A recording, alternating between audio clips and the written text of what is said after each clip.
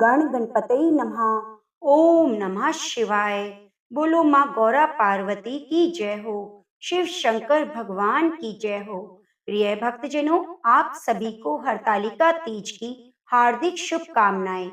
आज भादो मास के शुक्ल पक्ष की तृतीया तिथि है और आज भगवान शिव और माता पार्वती की अमर प्रेम का प्रतीक हरतालिका तीज का व्रत है। माता पार्वती ने भगवान शिव को पति रूप में प्राप्त करने के लिए हरतालिका तीज का व्रत किया था। यह व्रत अखंड सौभाग्य को देने वाला माना गया है। तो आज मैं आपको सुनाने जा रही हूँ हरतालिका तीज व्रत की बड़ी ही दुर्लभ और पावन कथा। आप इन कथाओं को पूरा जरूर सुनिए। कथा के अंत में गणेश भगवान की कथा और तीज माता की कथा का भी रसपान करेंगे, तो आप कथा को पूरा अवश्य सुनिए। वेद व्यास जी की परम शिष्य श्री सूत जी महाराज ने सौनक आदि 88,000 ऋषिवर की प्रसन्न करने पर हरतालिका तीज व्रत की कथा को सुनाना प्रारंभ किया। सूत जी ने कहा, सौनक आदि महर्षि गणों मंदार के फूलों से सजे हुए केश वाली दिव्य वेष्टन से विभूषित पार्वती जी को तथा मुंडमाला में सुशोभित शिव जी को जो दिगंबर रहते हैं, ऐसे शिवा को मैं बार बार प्रणाम करता हूँ। कैलाश पर्वत के सुरम्य शिखर पर विराजमान शिव जी से पार्वती जी ने पूछा, हे महेश्वर, आज आप मुझे कोई गुप्त से गुप्त रहस्य की बात बताने की कृपा करें। वह ऐसी बात हो जो सभी धर्म का सार हो, अल्प परिश्रम से ही करने योग्य और अत्यंत फलदायिनी कथा का जिसमें समावेश हो। यदि आप मुझ पर प्रसन्न हैं तो उसे बताने की कृपा करें। प्रभु, मैंने पूर्व जन्म में कौन सा तप, दान, व्रत किया जिसके फलस्वरूप आप जैसे मुझे आदिश्वर पति की प्राप्ति हुई। तब शिव जी ने कहा, हे देवी, अब मैं तुमसे सर्वोत्तम व्रत का कथन करता हूँ, क्योंकि तुम मेरी प्रेयसी हो, अतः मैं तुमसे इस गुप्त व्रत को बतलाता हूँ। जिस प्रकार तारों में चंद्र ग्रहण में सूर्य चारों वर्णों में ब्राह्मण, क्षत्रिय, वैश्य और शूद्र में ब्राह्मण, देवों में विष्णु, नदियों में गंगा, पुराणों में महाभारत, वेदों में सामवेद, इंद्रियों में श्रेष्ठ है, उसी प्रकार पुराण और वेदों का सर्वश्रेष्ठ इस प्राचीन व्रत को मैं तुमसे कथन करता हूँ। तुम स्थिर होकर इसको सुनो। पूर्व काल में व्रत को तुमने किया था, इसी के प्रभाव से तुम मेरी पत्नी बनी। प्रेयसी होने के कारण ही मैं तुमसे इस व्रत का प्रकट करता हूँ।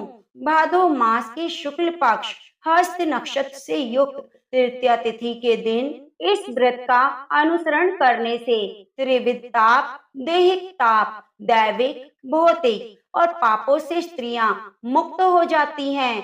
देवी, पूर्व काल में इस महाव्रत को तुमने हिमालय पर्वत पर किया था। उन सभी पूर्व वृत्तांतों का मैं तुमसे वर्णन करूंगा। तब पार्वती जी ने कहा, हे नाथ, मैंने इस उत्तम व्रत को किस प्रकार किया था, उस सभी वृत्तांत को मैं आपसे सुनना चाहती हूँ। तब शिव जी बोले, पर्वतों में श्रेष्ठ हिमालय नामक एक पर्वत है जो अनेक प्रकार की भूमि और विविध वृक्षों से परिव्याप्त है। उस पर्वत पर अनेक प्रकार के पक्षी, मृग, देवगण, गंधर्व, सिद्ध प्रमुदित रूप से विचरण करते हैं। गंधर्वगण निरंतर गान किया करते हैं। उस पर्वत की छोटी सी फटक बिलोर नाम की एक विशेष प्रकार की मणि है। मणि मूंगा और लौंगों से सुशोभित है। यह पर्वत आकाश के समान ऊंचा है। उसकी चोटियां सफेद बर्फ से ढकी रहती हैं और गंगा का निरंतर निनाद होता रहता है। हे पार्वती, तुमने अपनी बाल्य अवस्था में जिस प्रकार कठोर तपस्या की, मैं उसका वर्णन करता हूँ। हे देवी, तुमने 12 वर्ष तक नीचे को मुख और ऊपर को पैर करके तपस्या की। तुमने माह के महीने में कंठ तक जल में निवास कर, बैसाख के महीने में प्रखर घाम में पंचांगनी सेवन कर, श्रवण मास में घर से बाहर वर्षा में भीग कर मेरी तपस्या निराहार की। तुम्हारे इस उग्र ताप को देखकर तुम्हारे पिता हिमवान बहुत ही दुखी और चिंतित हुए। तुम्हारे विवाह के विषय में चिंता तो होगी, ऐसी तपस्विनी कन्या के लिए वे कहाँ से वर उपलब्ध करें। ऐसे ही समय में ब्रह्मपुत्र नारद जी 10 मार्ग से तुम्हारे पिता के पास आए। तुम्हारे पिता ने मुनि श्रेष्ठ का स्वागत किया, आसन देकर पूजा की। हिमवान ने कहा, हे मुनि, आप अपने आने का कारण बताइए, क्योंकि परम सौभाग्य से ही आप जैसे महानुभावों का आगमन होता है। उत्तर में नारद मुनि ने कहा, हे पर्वतराज, आज मेरे आने का कारण जानना चाहते हो तो सुनिए। मुझे भगवान विष्णु ने आपके पास संदेश वाहक के रूप में भेजा है और कहा है कि अपनी इस कन्या रतन को किसी योग्य पुरुष के ही हाथ में अर्पित करें। संपूर्ण देवों में वासुदेव से बढ़कर अन्य कोई देव नहीं, इसलिए मेरी भी यही राय है कि आप अपनी कन्या का विष्णु भगवान को सौंप कर जगत में यशस्वी बने।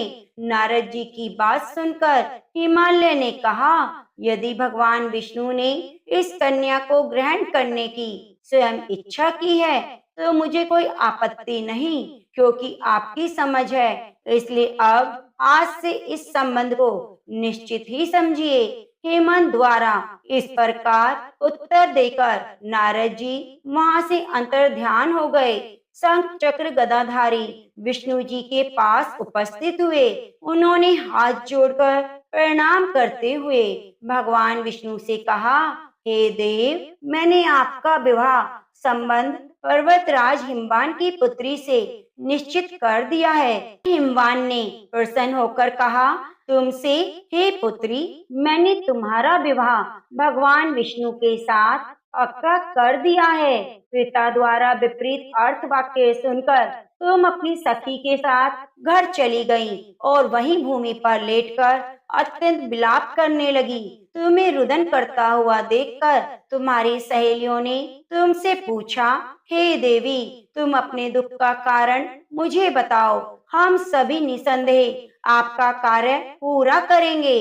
सखियों द्वारा आश्वासन पाकर तुमने उत्तर दिया कि हे सखी, आप सभी सुनिए, मेरी इच्छा महादेव जी के साथ विवाह करने की है, परंतु मेरे पिता ने मेरी इच्छा के विरुद्ध कार्य किया है, अर्थात उन्होंने विष्णु भगवान के साथ मेरा विवाह करने का नारद जी को वचन दे दिया है। इसलिए सखियों, अब मैं अपने शरीर का निश्चित रूप से त्याग करूंगी। तब तुम्हारी बात सुनकर तुम्हारी सखियों ने कहा, तुम घबराओ नहीं, हम और तुम दोनों ही किसी ऐसे घनघोर वन में निकल चले जहाँ तुम्हारे पिता ना पहुँच सके। इस प्रकार गुप्त मंत्रणा करके तुम अपनी सखियों के साथ निर्जन वन में पलायन कर गई। तुम्हारी खोज की, किंतु तुम्हारा कहीं भी पता ना लगा। तुम्हारे पिता ने तुम्हें ना पाकर संदेह किया कि कहीं किसी देव, दानव, किन्नर आदि ने मेरी पुत्री का अपहरण तो नहीं कर लिया। वे इसी सोच में दिन रात दुखी रहने लगे। अब मैं नारद जी को क्या जवाब दूंगा, क्योंकि मैंने उनसे विष्णु के लिए पुत्री के विवाह का वचन दिया था।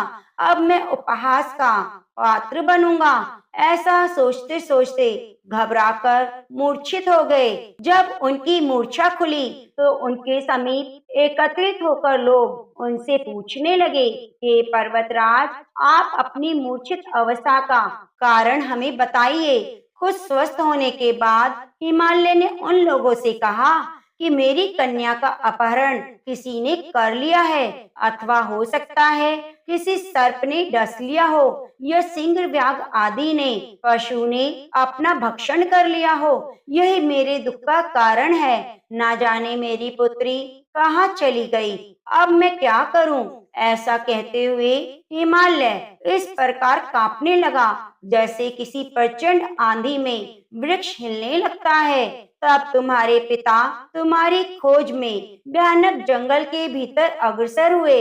इधर तुम तो पहले से ही अपनी सखियों के साथ भीष्म वन में जा चुकी थी। उस स्थान पर एक नदी प्रवाहित हो रही थी। वहाँ एक गुफा भी थी। ने इस गुफा में जाकर आश्रय लिया। निराहार रहकर मेरी बालू की मूर्ति बनाई जो शिव पार्वती जी सहित थी। इस मूर्ति की तुमने स्थापना की। जब भादो मास के शुक्ल पक्ष की तृतीया हस्त नक्षत्र से युक्त आई, तब तुमने उस दिन रात्रि में जागरण कर गीत वादन किया, मेरी भक्ति की, पूजन किया। प्रिया, तुम्हारे द्वारा की गई उस कठिन तपस्या और व्रत के प्रभाव से मेरा सिंहासन चलायमान हो गया और तुम जिस स्थान पर अपनी सखियों के साथ थी, मैं पहुंच गया और तुमसे कहा कि हे भरिणे, मैं तुमसे अत्यंत प्रसन्न हूँ। तुम मुझसे अपना इच्छित वर प्राप्त कर लो। तब उत्तर में तुमने कहा, हे देव, यदि आप मुझ पर प्रसन्न हैं, तो आप मुझे पति रूप में प्राप्त हो। मैं तथास्तु कहकर ऐसा ही हो उन्हें अपने कैलाश पर्वत पर चला आया। मेरे चले जाने के बाद तुमने प्रातःकाल नदी में स्नान कर मेरी स्थापित मूर्ति का विसर्जन किया। इतना करने के बाद तुमने अपनी सखियों के साथ मृत का पारण किया। इस समय तुम्हारे पिता हिमालय भी तुम्हें खोजते हुए जंगल में आ पहुंचे, किंतु वन की गहनता के कारण चारों ओर ढूंढने पर भी तुम्हारा कुछ पता न लगा। अब वे निराश होकर भूमि पर गिर पड़े। पुनः उठने के बाद हिमालय ने दो कन्याओं को आते हुए देखा।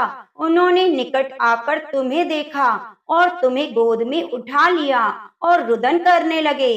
रोते रोते उनने तुमसे पूछा कि तुम इस तरह से जंगल में क्यों आई। पिताजी का आश्वासन सुनकर तुमने उनसे कहा, हे पिताजी, मैं अपना विवाह शिव जी के साथ करना चाहती हूँ, परंतु मेरी इच्छा के विपरीत आपने विष्णु जी से मेरा वैवाहिक संबंध स्थिर कर लिया। इसी कारण रुष्ट होकर मैं अपनी सखियों के साथ ग्रह का परित्याग कर इस भीषण जंगल में आ गई हूँ। यदि आप मुझे घर ले जाना चाहते हैं, तो मुझे महादेव जी से विवाह करने की आज्ञा दें। मेरा ऐसा ही दृढ़ निश्चय है। तुम्हारे इस दृढ़ संकल्प को जानकर तुम्हारे पिता ने ठीक है कहा और वे तुम्हें अपने साथ घर वापस ले गए। घर पहुंचने पर मेरे साथ तुम्हारा पानी ग्रहण हुआ। व्रत के प्रभाव से तुम्हें अचल सौभाग्य प्राप्त हुआ। मैंने आज तक इस व्रत का कथन किसी से नहीं किया। हे देवी, तुम अपनी सखियों के द्वारा हरण की गई, इसीलिए इस व्रत का नाम हरतालिका पड़ा। अर्थात पार्वती जी ने कहा, प्रभु, आपने इस व्रत के नाम का निरूपण तो कर दिया, अब इसका विधान और माध्यम का वर्णन कीजिए। इस व्रत को करने से क्या फल मिलता है और इस व्रत को पहले किसने किया था, यह भी बतलाने की कृपा करें। अब शिव जी ने कहा, देवी, अब मैं तुमसे इस व्रत का विधान बताता हूँ। सौभाग्य की कामना करने वाली सभी नारियों के लिए यह व्रत उत्तम है। नंदी, भृंगी, महाकाल आदि गानों से युक्त शिवा को मेरा नमस्कार है। सृष्टि स्वरूपिणी प्रगति रूप शिव पार्वती को मेरा नमस्कार है। सर्व मंगल प्रदायिनी जगन्मयी शिव माँ पार्वती रूपी कल्याणी शिवा रूप शिवेन स्वरूप तेरे और शिवा के निमित्त ब्रह्मचारिणी स्वरूप जगत रात्रि के लिए मेरा बार बार प्रणाम है। वाहिनी माता, आप मेरा प्रणाम स्वीकार करें। हे महेश्वरी, आप मेरे प्राण हैं और मेरे प्रणाम को स्वीकार करें। हे महेश्वरी, आप मेरी संपूर्ण इच्छाएं पूर्ण करें। मातेश्वरी, मुझे राज्य, सौभाग्य, धन, लक्ष्मी प्रदान करें। इस कथा के श्रवण कर लेने से स्त्रियां हजारों अश्वमेध यज्ञ और सैकड़ों वाजपेयी यज्ञ का फल प्राप्त करती हैं। हे देवी, मैंने तुमसे इस सर्वोत्तम व्रत का कथन किया, जिसके करने से करोड़ों यज्ञ का फल सहज प्राप्त हो जाता है। अतः इस व्रत का फल अकथनीय है। तो प्रेम से बोलिए, गौरी शंकर भगवान की जय हो, उमापति महादेव की जय हो। प्रिय भक्तजनों, अब आइए मनोकामनाओं को पूरी करने वाली भगवान शिव और माता पार्वती की बड़ी ही दुर्लभ कथा को सुनते हैं। एक बार की बात है, माता पार्वती शिव जी को पति रूप में प्राप्त करने के लिए घोर तप कर रही थी। तब उनके तप को देखकर देवताओं ने शिव जी से देवी की मनोकामना पूरी करने की प्रार्थना की। शिव जी ने पार्वती जी की परीक्षा लेने सप्त ऋषियों को भेजा। सप्त ऋषियों ने शिव जी के सैकड़ों अवगुण गिनाए। पार्वती जी को महादेव के अलावा किसी और से विवाह मंजूर नहीं था। सज्जनों, विवाह से पहले सभी अपनी भावी पत्नी को लेकर आश्वासन होना चाहते हैं। इसलिए शिव जी ने स्वयं पार्वती जी की परीक्षा लेने की ठानी। भगवान शंकर प्रकट हुए और पार्वती जी को वरदान देकर अंतर्ध्यान हो गए। इतने में माता पार्वती जहाँ तप कर रही थी, वहीं पास में तालाब में मगरमच्छ ने एक लड़के को पकड़ लिया। लड़का जान बचाने के लिए चिल्लाने लगा।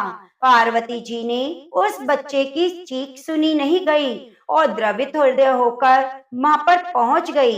देखती हैं, मगरमच्छ लड़के को तालाब के अंदर खींचकर ले जा रहा है। लड़के ने देवी को देखकर कहा, मेरी ना तो माँ है, ना कोई मित्र है, ना पिता है, आप मेरी रक्षा करें माता। पार्वती ने कहा, मगरमच्छ इस लड़के को छोड़ दो।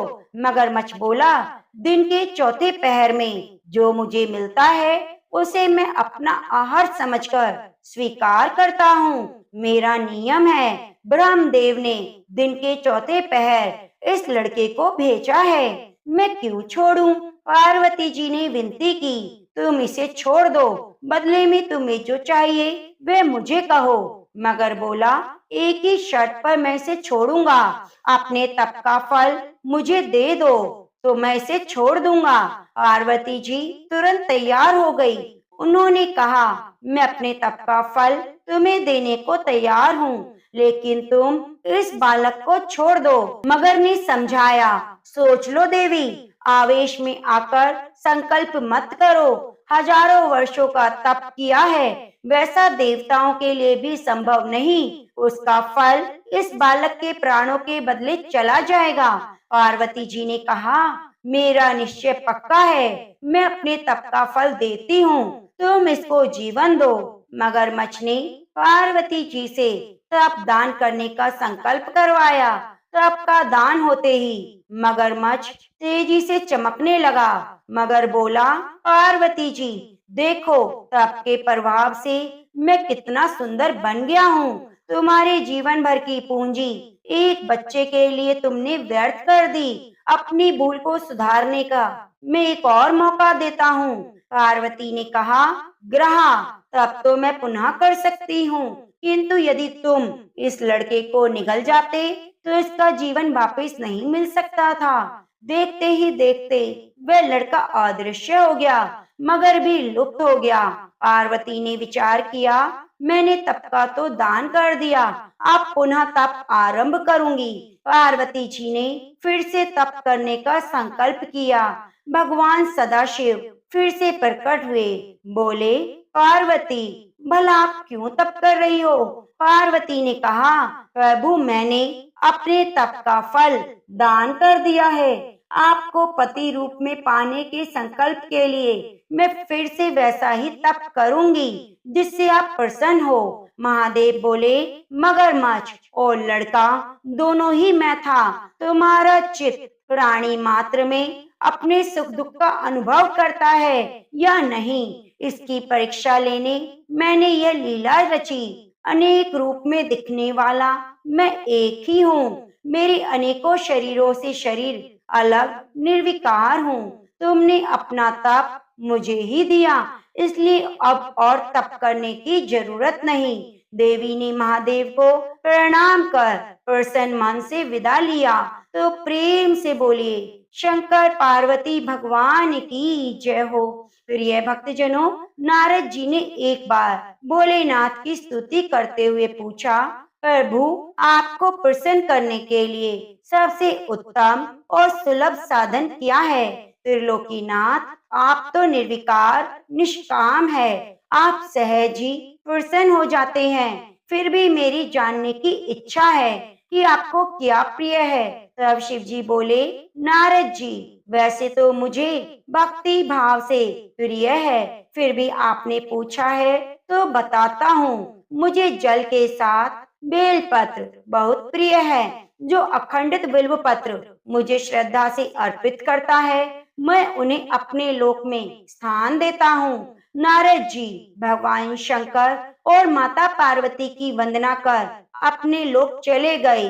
उनके जाने के बाद पार्वती जी ने शिव जी से पूछा, हे प्रभु, मेरी ये जानने की बड़ी इच्छा है कि आपको बेलपत्र इतने प्रिय क्यों हैं? कृपया मुझे बताइए, मेरी जिज्ञासा शांत कीजिए। शिव जी बोले, हे शिवा, बेलपत्र मेरी जटा के समान है। उसका त्रिपत्र यानी 3 पत्र यजुर्वेद, ऋग्वेद और सामवेद हैं। शाखाएं समस्त शास्त्र का स्वरूप। वृक्ष को आप पृथ्वी, जो ब्रह्मा विष्णु स्वरूपा है। पार्वती स्वयं महालक्ष्मी ने शैल पर्वत पर बिल्व वृक्ष रूप में जन्म लिया था। इस कारण भी बेल का वृक्ष मुझे अति प्रिय है। महालक्ष्मी ने बिल्व रूप धारण किया। यह सुनकर पार्वती जी को तो यह जानने की इच्छा तीव्र हो गई और वह अपनी जिज्ञासा रोक ना पाई। उन्होंने पूछा, देवी लक्ष्मी ने आखिर बिल्व पत्र का रूप क्यों लिया? आप यह कथा विस्तार से कहिए। भोलेनाथ ने देवी पार्वती को कथा सुनाना शुरू किया। हे देवी, सतयुग में ज्योति रूप में मेरे अंश का रामेश्वर लिंग था। ब्रह्मा आदि देवों ने उसका विधिवत पूजन अर्चन किया।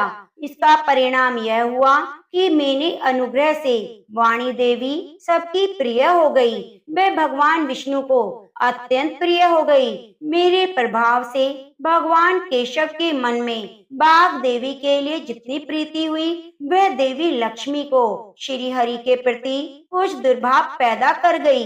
वह चिंतित और रुष्ट होकर चुपचाप उत्तम शैल पर्वत पर चली गईं। वहाँ उन्होंने तप करने का निश्चय किया। उत्तम स्थान का चय करने लगी। महालक्ष्मी ने उत्तम स्थान का निश्चय करके मेरे लिंग विग्रह की उग्र तपस्या प्रारंभ कर दी। उनकी तपस्या कठोर होती जा रही थी। परमेश्वरी को समय के बाद लक्ष्मी ने मेरे लिंग विग्रह से थोड़ा ऊपर एक वृक्ष का रूप धारण कर लिया और अपने पत्तों और पुष्पों द्वारा मेरा पूजन करने लगी। इस तरह महालक्ष्मी ने 1 करोड़ वर्ष तक घोर आराधना की। अंततः उन्हें मेरा अनुग्रह प्राप्त हुआ। मैं वहाँ प्रकट हुआ और देवी इस तरह से आकांक्षा पूछकर वरदान देने को तैयार हुआ। महालक्ष्मी ने मांगा कि श्री हरि के हृदय में मेरे प्रभाव से बाघ देवी ने जो स्थान लिया है वह समाप्त हो जाए। शिव जी बोले, मैंने महालक्ष्मी को समझाया, श्री हरि के हृदय में आपके अतिरिक्त किसी और के लिए प्रेम नहीं, बाघ देवी के प्रति उनका प्रेम नहीं अपितु श्रद्धा है। यह सुनकर लक्ष्मी जी प्रसन्न हुई और पुनः श्री विष्णु के हृदय में स्थित होकर उनके साथ विहार करने लगी। माता पार्वती महालक्ष्मी के हृदय का एक बड़ा विकार इस प्रकार दूर हुआ था। इस कारण हरिप्रिया इस वृक्ष रूप में सर्वदा सर्वदा के लिए यत्न पूर्वक मेरी पूजा करने लगी। इस कारण बिल्व वृक्ष का पत्ते, फल, फूल मुझे बहुत प्रिय हैं। मैं निर्जन स्थान में बिल्व वृक्ष का आश्रय लेकर रहता हूँ। मानना चाहिए, इसमें तनिक भी संदेह नहीं।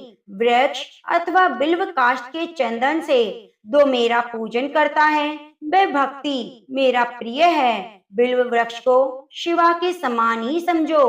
वह मेरा शरीर है। जो बिल्व पर चंदन से मेरा नाम अंकित करके मुझे अर्पण करता है, उसे सभी पापों से मैं मुक्त कर देता हूँ।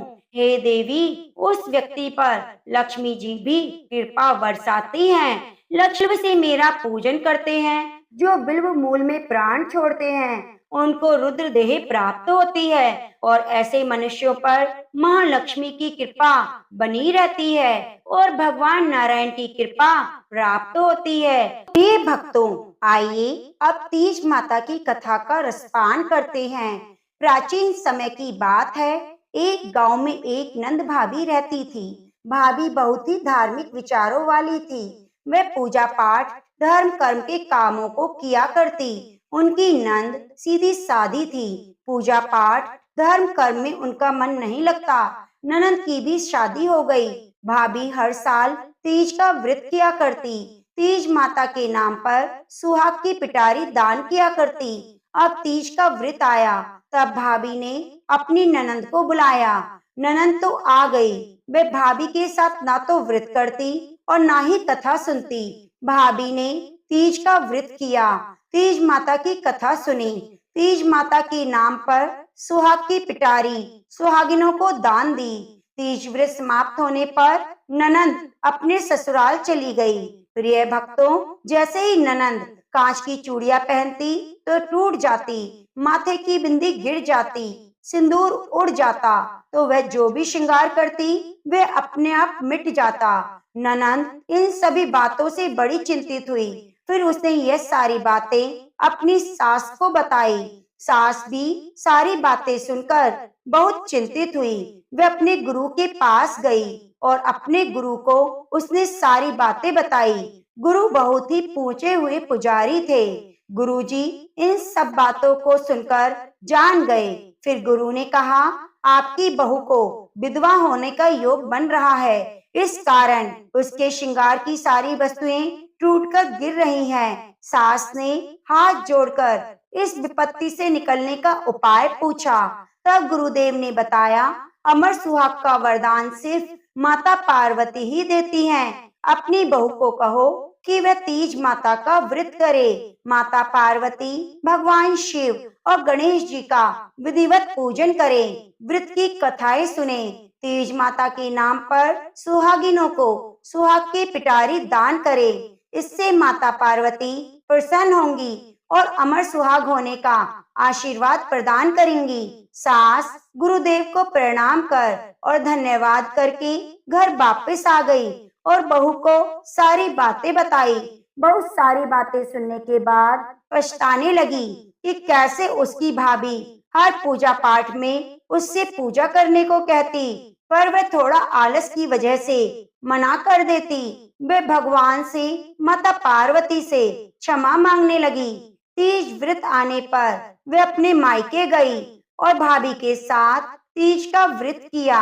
भोलेनाथ, माता पार्वती और गणेश जी का विधिवत पूजन किया, व्रत की कथा सुनी, तीज माता के नाम पर सुहाग की पिटारी दान की। अब जब वह श्रृंगार करती, न तो चूड़ियां टूटती, न बिंदी गिरती, न सिंदूर उड़ता। ननंद अपनी भाभी की तरह हर साल तीज का व्रत करने लगी। व्रत के प्रभाव से उसके घर में आन धन सुख सौभाग्य की वृद्धि हो गई। हे तीज माता, अपने सभी भक्तों पर अपनी कृपा बनाए रखना, सुख सौभाग्य देना। कथा अधूरी हो तो पूरी करना, पूरी हो तो मान रखना। तो प्रेम से बोलिए, तीज माता की जय हो। प्रिय भक्तजनों, आप सभी गौरी पुत्र गणेश के चरणों का ध्यान करते हुए कथा का रसपान कीजिए और कथा को पूरा जरूर सुनिए। एक बार भगवान शंकर स्नान के लिए भोगवती नामक नदी पर गए। उनके चले जाने के बाद पार्वती जी ने अपने तन के मैल से एक पुतला बनाया, जिनका नाम उन्होंने गणेश रखा। गणेश को द्वार पर एक मुद्गर देकर बिठाया कि जब तक मैं स्नान करूं, तब तक किसी पुरुष को अंदर मत आने देना। भोगवती पर स्नान करने के बाद जब भगवान शंकर आए, तो गणेश जी ने उन्हें द्वार पर रोक दिया। क्रोधित होकर भगवान शंकर ने उनका सिर धड़ से अलग कर दिया और अंदर चले गए।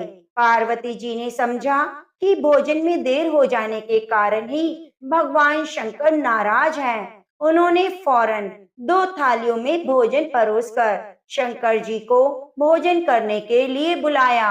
शंकर जी ने 2 थाल देखकर पूछा, दूसरा थाल किसके लिए है? पार्वती जी बोली, हमारे पुत्र गणेश के लिए, जो बाहर पहरा दे रहे हैं। यह सुनकर शंकर जी ने कहा, मैंने तो उसका सिर काट दिया। यह सुनकर पार्वती जी दुखी हुई और प्रिय पुत्र गणेश को पुनः जीवित करने की प्रार्थना करने लगी। उन्होंने चंडी रूप धारण कर लिया और चारों तरफ त्राही त्राही मचा दी। यह देखकर देवता भयभीत हो गए और उन्होंने शंकर जी को गणेश जी को पुनः जीवित करने के लिए बार बार आग्रह किया। देवताओं के आग्रह करने पर और देवी को शांत करने पर शंकर जी ने तुरंत ही पैदा किए हुए हाथी के बच्चे का सिर काटकर बालक के धड़ से जोड़ दिया। तब पार्वती जी ने प्रसन्नता पूर्वक पति पुत्र को भोजन कराकर स्वयं भोजन किया। यह घटना भादो मास के शुक्ल चतुर्थी को हुई थी, इसीलिए इसका नाम गणेश चतुर्थी पड़ा। प्रिय भक्तजनों, आइए सुनते हैं लपसी तपसी की कथा। कहते हैं यह कथा हर कथा कहानी में सुननी चाहिए। एक लपसी था, एक तपसी था। तपसी था, उसका हमेशा का नियम था कि भगवान की तपस्या करता, लेकिन उसे चोरी करने की आदत थी। लपसी हमेशा सवा सेर की लापसी बनाता, पहले भगवान को भोग लगाता, उसके बाद स्वयं भोजन करता। दोनों भाइयों का यही नियम था। तो एक दिन कोई बात को लेकर दोनों में कहासुनी हो गई। लपसी बोला, मैं रोजाना भगवान की तपस्या करता हूँ, इसलिए मैं बड़ा हूँ। लपसी बोला, मैं रोज भगवान को सवा सेर लापसी का भोग लगाता हूँ, इसलिए मैं बड़ा हूँ। ऐसा कहते हुए दोनों जोर जोर से लड़ने लगे। तभी वहां से नारद जी गुजर रहे थे। दोनों को लड़ता हुआ देख वहां आए। उनसे पूछा, तुम क्यों लड़ रहे हो? तो दोनों ने अपने आप को बड़ा बताया और साथ में बड़ा होने का कारण बताया। तो नारद जी बोले, मैं तुम्हारा फैसला अवश्य कर दूंगा, कल आऊंगा, बता दूंगा कौन बड़ा है। दूसरे दिन लपसी और तपसी नहाकर अपनी रोज की भक्ति करने आए। तो नारद जी ने छुपकर 1.25 करोड़ की एक एक अंगूठी उन दोनों के आगे रख दी। जैसे ही भक्ति करके तपसी की नजर उस अंगूठी पर पड़ी, तो उसने चुपचाप से उठाई और अपने पैर के नीचे दबा ली। लपसी की नजर अंगूठी पर पड़ी, लेकिन उसने ध्यान नहीं दिया। उसने पहले भगवान को भोग लगाया, फिर स्वयं भोजन करने बैठ गया। थोड़ी देर बाद नारद जी सामने आए। उन्होंने पूछा, बताओ कौन बड़ा? नारद जी ने तपसी से खड़ा होने के लिए कहा, तो वह खड़ा हुआ। उसके पैर के नीचे दबी हुई अंगूठी दिखाई दी। तो नारद जी ने तपसी से कहा, तपस्या तो तुम करते हो, इतनी तपस्या करने के बाद भी तुम्हारी चोरी करने की आदत नहीं गई। यह अंगूठी मैंने ही तुम दोनों के आगे रखी थी। मैं देखना चाहता था कि तुम दोनों में किसके मन में लालच है। तो तूने अंगूठी दिखाई पड़ते ही झट से अपने पैर के नीचे दबा ली, लेकिन लपसी का ध्यान अंगूठी पर गया। फिर भी उसने अंगूठी नहीं उठाई, ना ही अपना ध्यान भटकाया। उसने सिर्फ भगवान को ध्यान में रखा, भोग लगाया और स्वयं भोजन किया। इसलिए लपसी बड़ा है। तुम्हें तुम्हारी तपस्या का कोई फल मिलने वाला नहीं। जितनी चाहे मर्जी तुम तपस्या कर लो, तुम्हें कोई फल नहीं मिलेगा। तो तपसी को यह सुनकर बहुत दुख हुआ। वह शर्मिंदा हुआ, नारद जी से माफी मांगी और कहने लगा, आज तक मेरी गलती माफ करो, मुझे बताओ मेरी तपस्या का फल कैसे मिलेगा? आज के बाद मैं कभी चोरी नहीं करूंगा। तो नारद जी ने कहा, यदि कोई गाय और कुत्ते की रोटी नहीं बनाएगा तो उसका फल तुझे मिलेगा। कोई आदमी ब्राह्मण को भोजन कराकर दक्षिणा नहीं देगा तो उसका फल तुझे मिलेगा। यदि कोई सूट साड़ी देकर उस पर भेंट स्वरूप रुपए नहीं देगा तो उसका फल तुझे मिलेगा। अगर कोई व्यक्ति दिए से दिया जलाएगा तो उसका फल तुझे मिलेगा। कोई औरत आंगन लीपकर चौका नहीं लिपेगी तो उसका फल तुझे मिलेगा। कोई व्रत में सारी कहानी सुन लेगी लेकिन तुम्हारी कहानी नहीं सुनेगी तो उसका फल भी तुझे मिलेगा। उसी दिन से हर व्रत कथा कहानी में लपसी तपसी की कहानी कहीं और सुनी जाने लगी।